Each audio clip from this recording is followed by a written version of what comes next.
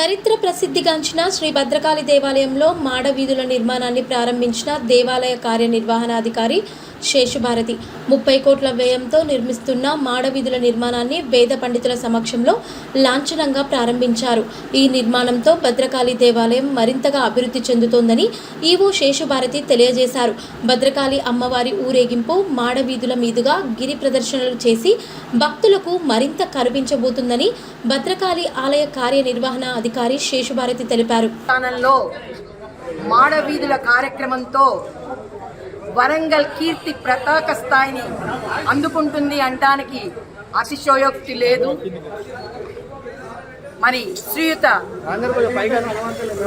Konda Surekha madam, endowment madam గారి ద్వారా మరియు శ్రీయుత రాజేందర్ రెడ్డి గారు, నాయని రాజేందర్ రెడ్డి గారు ఎమ్మెల్యే గారి ద్వారా వారి యొక్క ఆలోచనతో, వారి యొక్క ఆధ్వర్యంలో కూడా వారి సహకారంతో మరి ముఖ్యమంత్రి శ్రీయుత రేవంత్ రెడ్డి గారి వారి యొక్క ఆలోచనతో, వారి ప్రోద్బలంతో భద్రకాళి అమ్మవారి దేవస్థానాన్ని అద్భుతంగా పునరుద్ధరించడానికి నడుం కట్టుకొని వెంటనే వాటిని ప్రారంభించవలసిందిగా ఈరోజు ఆదేశించగా శ్రీయుత కమిషనర్ గారి నిర్ణయాల ప్రకారం మరి కూడా ఉత్తర్వుల ప్రకారం ఈరోజు మన భద్రకాళి దేవస్థాన ప్రధాన అర్చక స్వాములు వేద పండితులు అందరూ కలిసి ఈ యొక్క వాస్తు మండల పూజను నిర్వహించడం జరిగింది.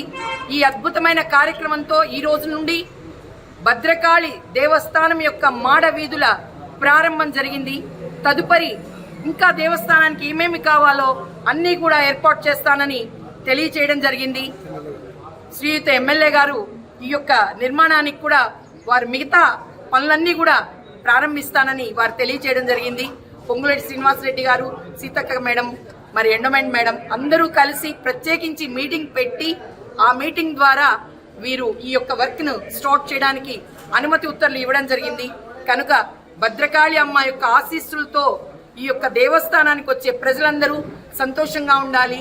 అమ్మవారి రథాన్ని మాడ వీధుల చుట్టూ మరి ఊరేగించగలగాలి.